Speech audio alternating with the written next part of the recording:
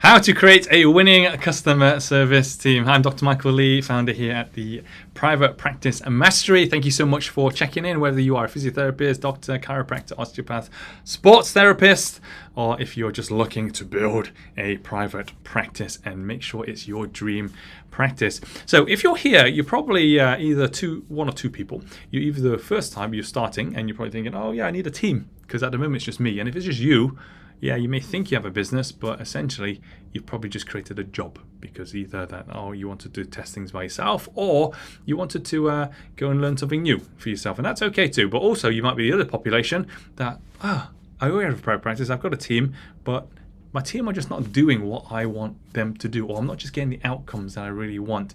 And I'm glad that you're here, because I just want to give you, if it's okay, to give you my experience in terms of what we can do to make sure that you have a winning customer service team, because it's so important. And you probably think, why?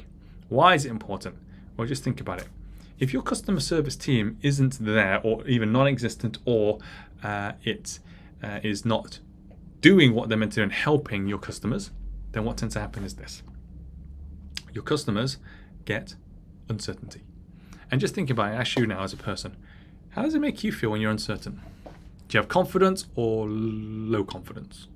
And by the way, if you said low confidence, that means they have low confidence in you. Then actually, after the low confidence, what else do they make you feel? They may feel a bit uncertain. They may feel a bit afraid of actually what's going to happen.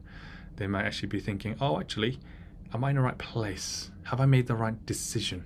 Right? They'll be doubting themselves. And this is why customer service team is really important, because yes, they not only look after the front, so front of house, but you also look at the back as well, because they're the ones that are your voice, your appearance.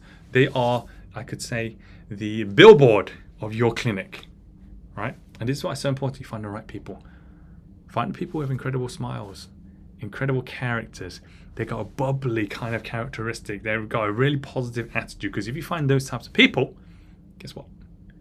They will carry through, using their energy and helping every single one of your patients feel comfortable, feel confident, have certainty that they're in the right place. Because if you can do that, then you've created a winning customer service team. So you're probably thinking, how do I do that, Michael? How do I actually find these types of people, and what can I do to make sure that I can guarantee a winning customer service team? So first thing is this. You have to make sure you have a system. And you're thinking, what system, Michael? What, a system of you? If you want people to, have the certainty that actually I'm in the right place. I've seen a video of, say, Dr. Michael on YouTube or on social media. I know what to expect. Well, your front of house needs to mimic you. Because if they're complete opposite to you, it then feeds into the patient's mind that actually they may be not in the right place. They may have that doubt in their own mind. But ultimately, you need to make sure that you have a system or even a script that actually the person that is on the front desk is just like you. They may not have the clinical knowledge, but at least they have the characteristic that they're positive, they cannot wait to help, they have the heart, the intent to want to help. I'm not asking you to find someone that you could train and they have to fake it. Don't fake anything, because you'll get found out anyway. I want you to be honest, because the reason why you're in a private practice is because you want to help people. If you want to help people, make sure you find the people, a team around you that have the same heart as you to also help people too. Because if you can find that's already the first step to having a winning team, because you need to have more of those types of people. The second thing that you need to do is this. You need to make sure that they value growth. They value actually wanting to grow themselves so that they can help in different environments, whether it's helping face-to-face, whether it's on the telephone, whether it's on the computer. They know that they have a critical part in your practice. But you need to value them. Because I get it that receptionists, they probably don't get paid a load of money, but actually they're probably one of the greatest assets that you have in your practice. So make sure you find the right person that is willing to want to help people, but ultimately they don't kind of in the game because actually I want to be a receptionist for the rest of my life. You might get those types of people, but generally if you want someone to stay, you need to see what is the next step for them as well. Usually, and what I tend to find works best, is if you find a student that wants to be a healthcare professional, they get to learn from the beginning and how to deal with people, and then when they become a qualified physio, psychologist, chiro, whatever it is, then they already have those skills, and now they will have the next step in your practice as well.